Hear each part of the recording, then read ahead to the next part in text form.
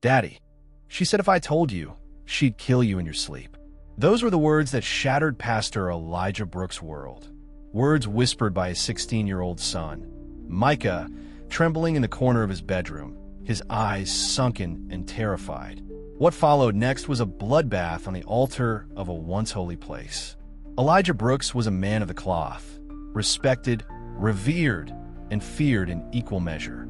His sermons could move a room to tears, and his discipline could silence a crowd. He built his church, New Rivers Revival, from scratch, raising it from the ashes of his first tragedy. His wife, Naomi, who died in a freak car accident when their son Micah was just 10. Naomi was his heart, his anchor. And after 5 years of grieving, Elijah married again, this time to Deidre, a younger woman from his congregation. She was 33, beautiful, bold, and charismatic. The church welcomed her. Elijah believed God had sent him a second chance. But Micah never took to Deidre, not even a little. The boy, once gentle and shy, grew sullen and withdrawn. Elijah chalked it up to adolescence, even as he noticed the way Micah flinched when Deidre entered the room, the way he avoided eye contact, the nightmares that came like clockwork every Sunday night. Elijah missed it, all of it, until one night in January. Micah had run away. They found him 2 towns over, holed up in an abandoned gas station, bloodied knuckles and tear-streaked face. He refused to speak, even as Elijah wrapped his coat around him and drove him home. He just kept saying, "I didn't mean to. I didn't mean to."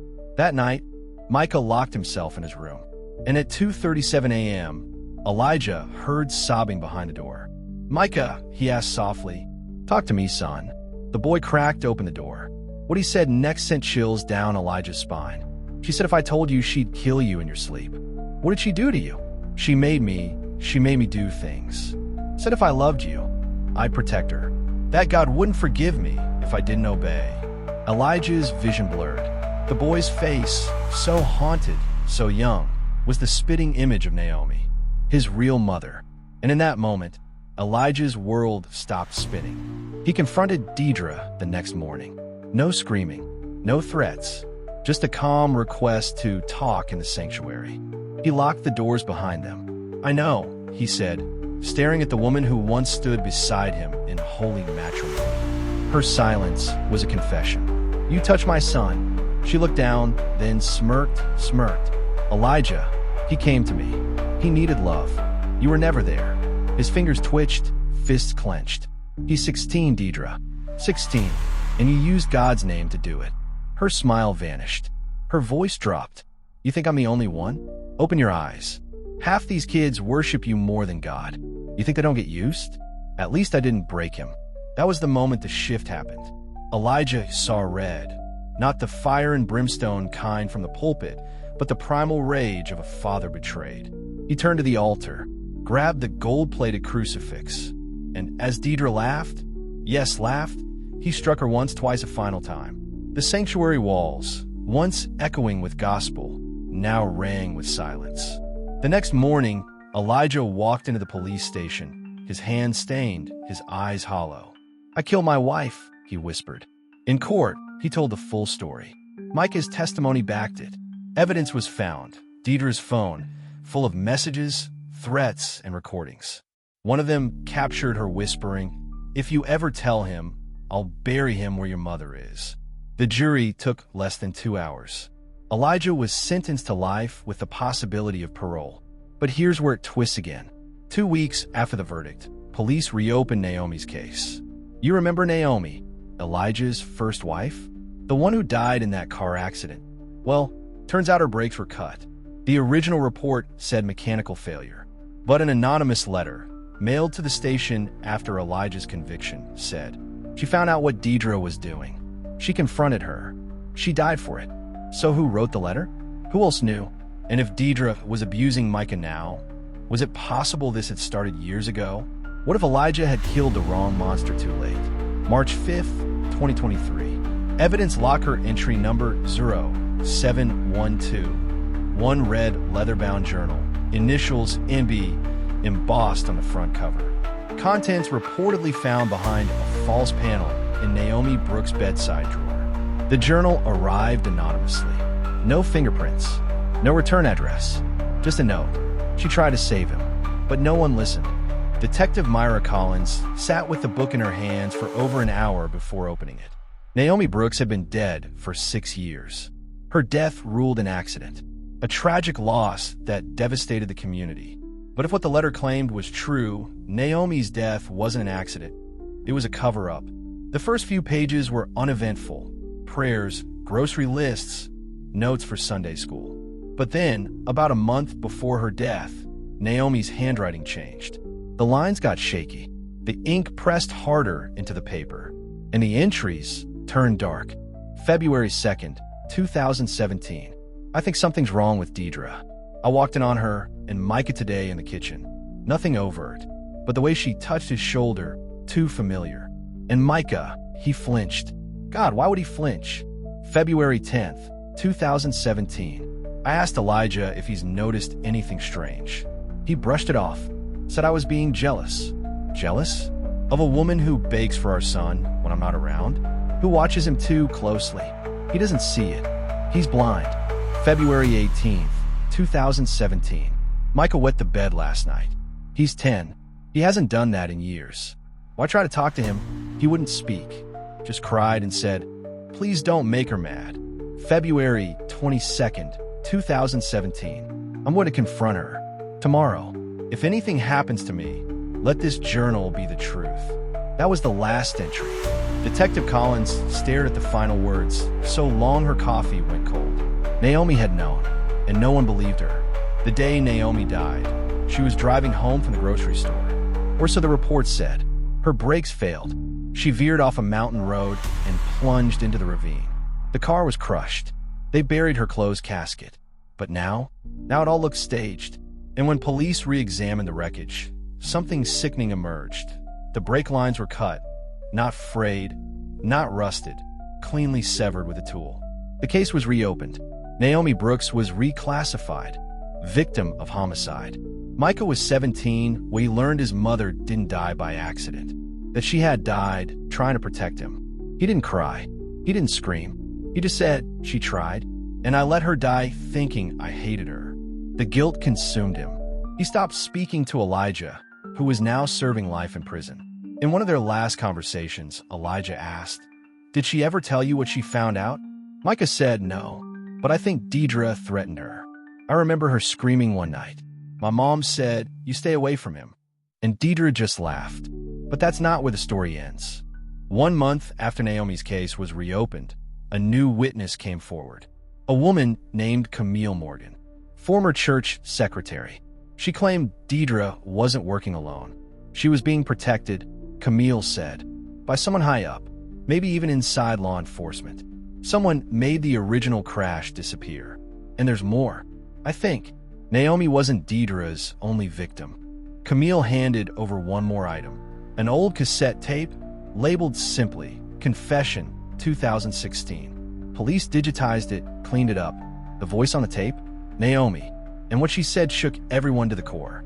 If this gets out, you'll understand why I had to speak. Deidre is dangerous. She's manipulating Micah. I try to tell Elijah, but he won't listen. He's under her spell. I don't know how much longer I have before she does something final. If anything happens to me, know it wasn't an accident. She wants me gone. The tape ended with a click. The fallout was explosive. Church members divided.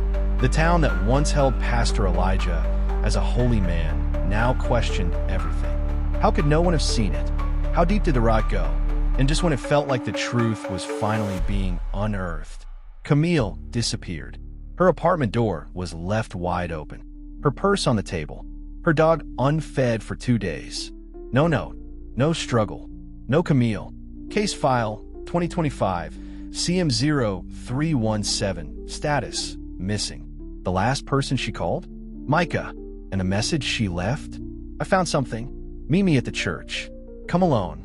But Micah never made it. That night, someone slashed his tires. So the question now is, who else is protecting Deidre's secrets from beyond the grave? And more importantly, who's still willing to kill for them? The choir sings loudest when the devil is hiding in the pews. Anonymous letter, Mailed to New Rivers Revival Church, April 2nd, 2025. Camille Morgan had vanished. No forced entry. No sign of struggle. Just gone. The woman who had cracked open the truth about Deidre's hidden past and Naomi's murder disappeared less than 24 hours after telling Micah she had found something big. Something that would blow the whole church apart. Detective Myra Collins combed through Camille's last known movements. There was only one lead: the church security footage. She obtained the tapes from a night Camille went missing. 9:17 p.m.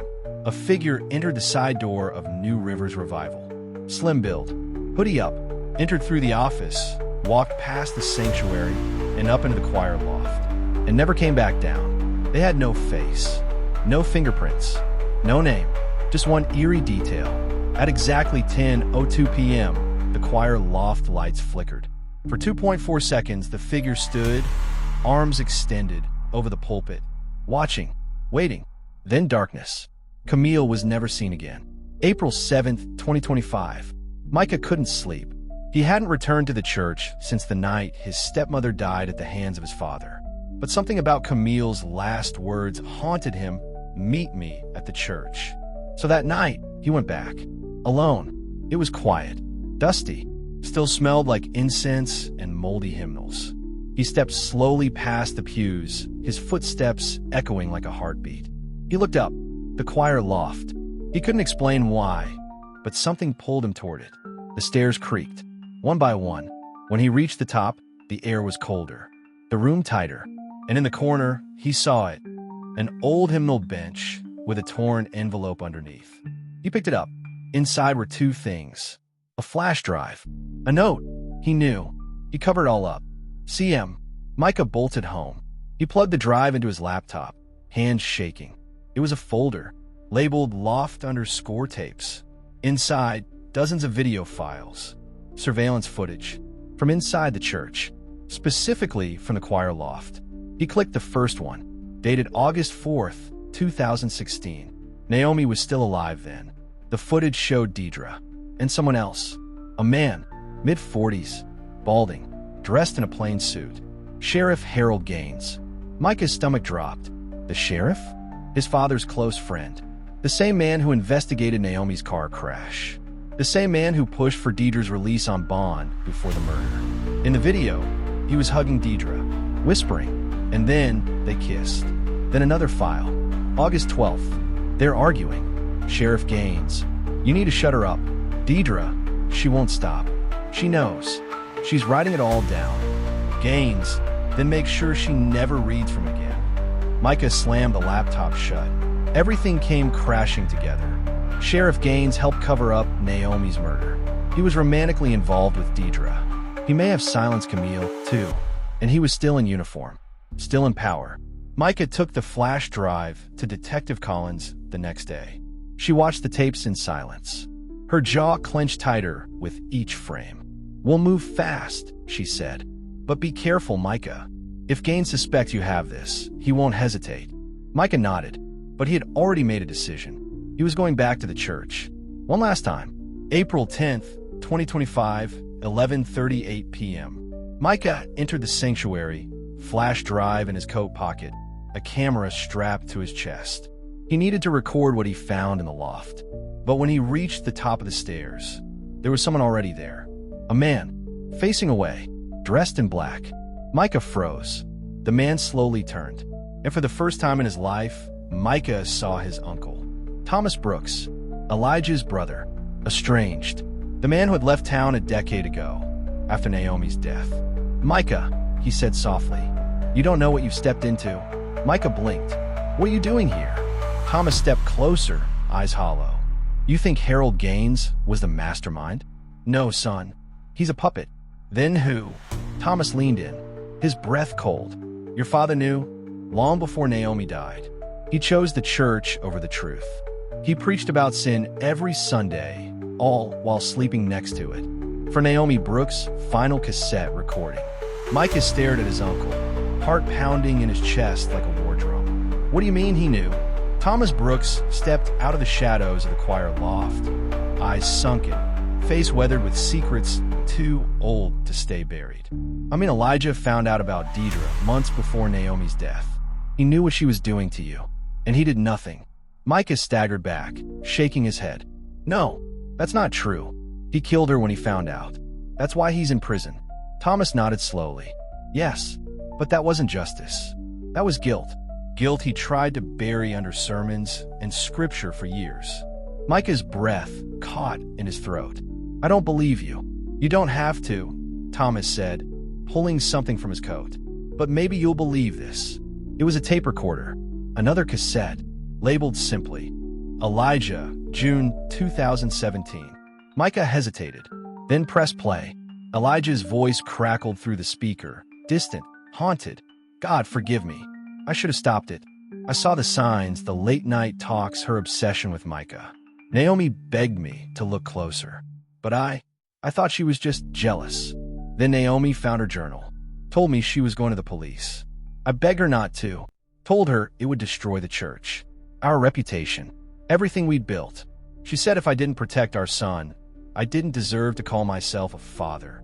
Deep breath. The next morning, she was dead. Silence. Then, I should have told the truth.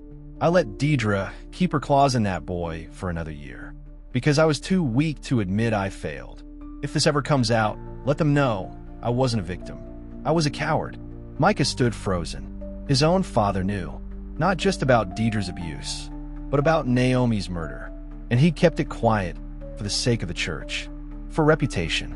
Micah felt something break inside him, a thread finally snapping after years of tension. You're telling me, he whispered, he let her die? Thomas nodded solemnly. He let both of them die. Camille too. I don't know. But if Gaines and Deidre were connected, and Elijah kept their secret, then Camille's blood is on all their hands. Micah looked down at the flash drive, the videos, the voices, the proof. And suddenly, it wasn't enough. Not anymore. April 15th, 2025, 9 a.m. Inside Coldwater Correctional Facility. Micah sat across from his father for the first time in over a year. Elijah Brooks looked smaller now. Pale, almost hollow. He smiled softly when he saw his son. But Micah didn't smile back. I know, he said. Elijah's face changed. Know what? I know you let her die. I heard the tapes. I saw the videos. You knew what Deidre was doing to me. You let Naomi die to protect your reputation. You watched her fall apart trying to save me. And you said nothing. Elijah leaned forward, lips trembling. I was trying to protect you. No, you were trying to protect yourself. Silence. Then Elijah whispered, I would give anything to undo what I've done. Micah stood. You don't get to, but I will. I'm going to finish what Mom started. Micah walked out of the prison that morning with fire in his chest. And that night, he went live. Micah uploaded everything. The recordings, the surveillance, Naomi's journal, Camille's warnings, Elijah's confession, Sheriff Gaines' involvement, Deidre's manipulation. It blew up overnight. People who once called Elijah a man of God now saw him as a man of guilt. Sheriff Gaines was placed under federal investigation within 72 hours. A warrant was issued for his arrest, but by the time they reached his house, he was gone, vanished. Inside his study, detectives found one thing, a single envelope left on the desk. You're not ready for the truth. There's still more you don't know. Underneath that, a photo. Micah, age 10, smiling, standing in front of New River's revival. And in the background, barely visible, was Naomi, staring directly at someone off camera. Eyes wide, mouth slightly open, expression frozen in terror. Evil doesn't wear horns. It wears a smile and stands at the pulpit. Naomi Brooks' private journal entry, dated February 22nd, 2017. The photo was the key. Micah stared at it for hours. Naomi was looking at someone, not Gaines, not Deidre, not Elijah. Someone else. Someone outside the frame. The fear in her face wasn't subtle. It was pure dread. Her eyes told a story that words never could. Who was she looking at? And why? Micah took the photo to Detective Myra Collins. She ran it through enhanced imaging software. They zoomed in, cleaned up the shadows, brought light to the corners of the shot that were blurred by time and dust. And then they saw it. A reflection in the stained glass window behind Naomi. Not of a man, but of a boy. Micah felt his blood run cold. He recognized the clothes, the posture, the face. It was him, age 10, standing in the frame, smiling. But Naomi wasn't looking at him. She was looking through him, because someone was standing behind him. A tall figure, barely visible, leaning forward, hand on his shoulder.